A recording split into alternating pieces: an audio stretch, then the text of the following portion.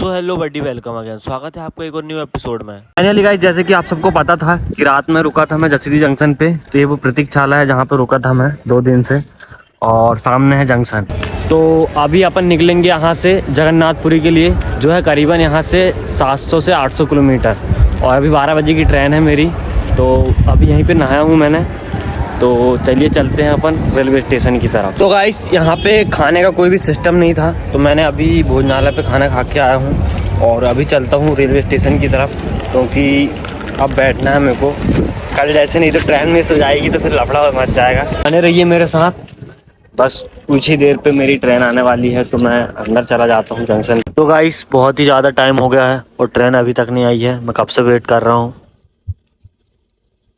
शायद कल जैसे मिस ना हो जाए, क्योंकि कल कुछ और बता रहा था और ट्रेन कहीं और थी और वो निकल गई।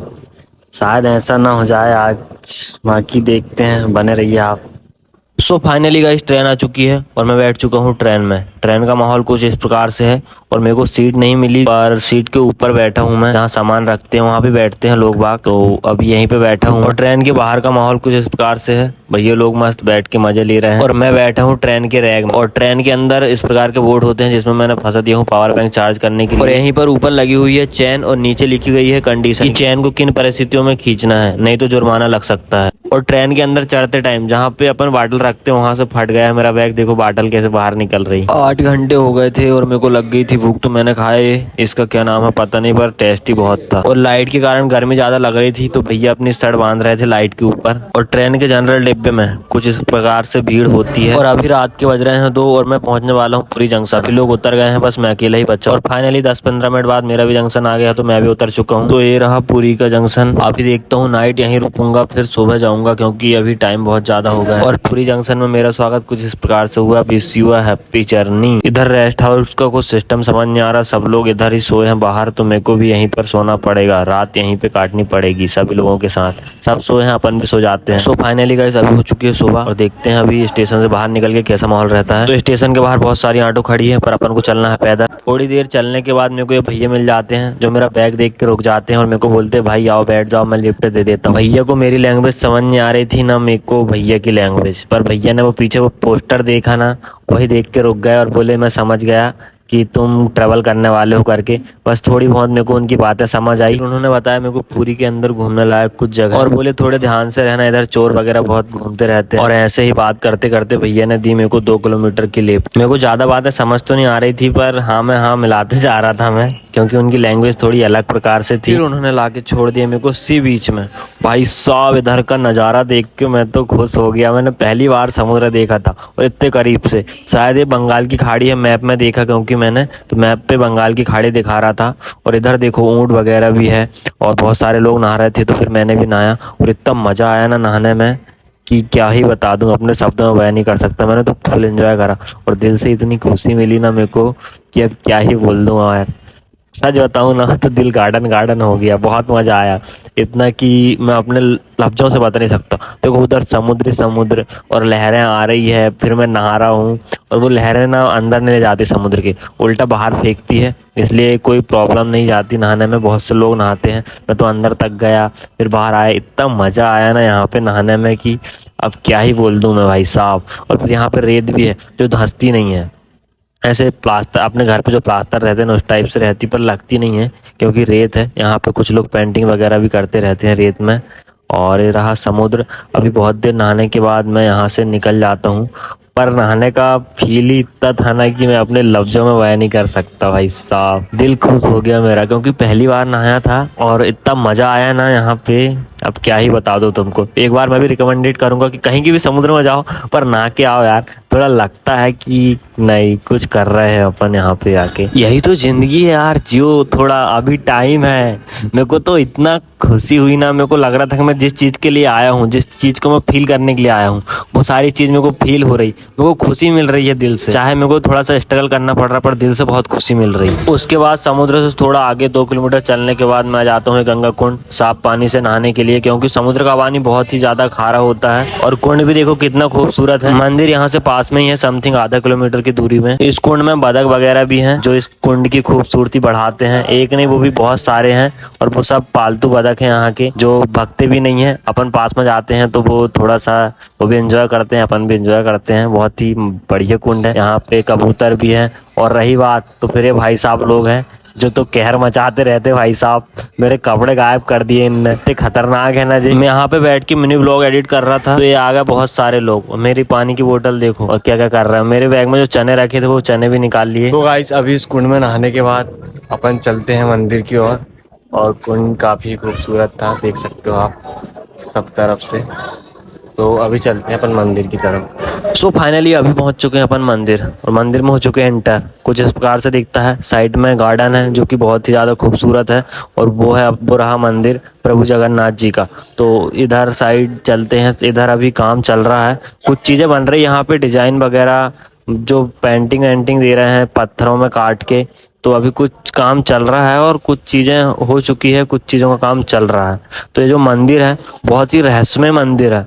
मैंने आते टाइम देखा, बहुत रिसर्च करा इसके बारे में, तो एकदम रहस्यमय चीज़ों से भरा हुआ है मंदिर। तो गाइस यहाँ पे मंदिर की तरफ से कोई लॉकर की सुविधा नहीं सामान रखने के लिए, तो मेरे को बैग यहाँ पे रखना पड़ा, जिसके 50 रुपए देने पड़े मेरे को मंदिर के जस्ट सामने। भैया बोल रहे थे फोन भी ले जाना अलाउ नहीं है। तो पहले मंदिर में दर्शन करके आ जाता हूँ मैं, फिर उसके बाद आके बाहर का दिखाता हूँ फोन वगैरह से शूट करके, क्योंकि अलाउ नहीं है तो नहीं ले जाऊंगा। तो अभी मैं आ चुका हूँ मंदिर के अंदर से दर्शन करके। बहुत ही प्यारा और बहुत ही खूबसूरत मंदिर है। पुरानी मूर्तियां वगैरह और पूरा पत्थर के काट के बनाया गया ये मंदिर, और इतनी प्यारी प्यारी डिजाइन दी हुई है ना कि अब क्या ही। और मैंने कुछ फोटोज और वीडियो वगैरह इधर पास में जाके शूट करे थे। तो यहाँ पे मंदिर के एक समिति के सदस्य ने मेरे को डिलीट करवा दिए, बोले यहाँ पे ये सब अलाउ नहीं है। मैं सब मोबाइल ले लिए और डिलीट कर दिए, नहीं तो बोले जुर्माना देना पड़ेगा 1000 रुपये। तो मैंने सब चीज़ें डिलीट कर दिया। इधर से एंटर होते तक की चीज़ें हैं, वहाँ से वो फर्स्ट गेट है, वहाँ से एंटर होते तक की चीज़ें हैं।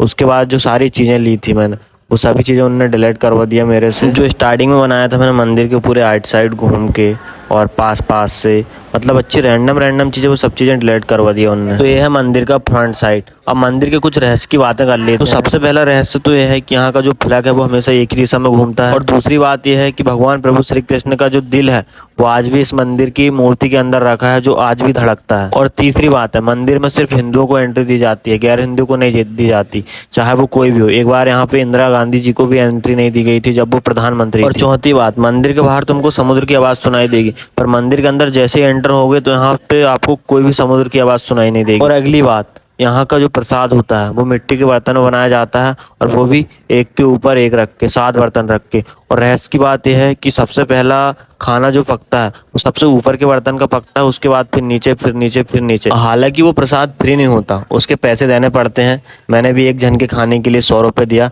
मतलब खरीद को खाना पड़ता है अपने को प्रसाद, क्योंकि वहाँ मंदिर की तरफ से नहीं, वहाँ के जो कुछ लोकल लोग रहते हैं प्रसाद बनाते हैं, जिससे उनका घर चलता है। तो प्रसाद जो रहता है अपन को वहाँ से खरीद के खाना पड़ता है। ऐसे ही बहुत सारी चीज़ों से भरा पड़ा है मंदिर, और ऐसी मान्यता है कि इसके ऊपर से कोई भी पक्षी नहीं उड़ता मंदिर के ऊपर से, इसलिए यहाँ से एरोप्लेन के उड़ने को भी अनुमति नहीं है मंदिर के ऊपर से। तो ये है यहाँ पे मंदिर का एंटर गेट, यहाँ से एंटर होते हैं सब लोग। और भी गेट है, पर पहला जो गेट है वो ये है, यहाँ से एंटर होते हैं मंदिर के अंदर। अभी दोपहर का टाइम है तो ज़्यादा भीड़ नहीं है। बाकी आप देख सकते हो मंदिर राइट साइड से कुछ इस प्रकार से दिखता है, सामने दुकान है। और अभी मैंने सुबह से कुछ खाया नहीं हूँ तो मेरे को लग गई है भूख, तो भैया से कैश पैसे लेने के लिए मेरे को पीना पड़ा यहाँ से लस्सी, क्योंकि कैश कोई दे ना रहा था। और मेरे पास सिर्फ ऑनलाइन पैसे थे, जो कि लोग बाग मेरी हेल्प कर रहे हैं वो वाले, बाकी मेरे पास तो कुछ पैसे है नहीं।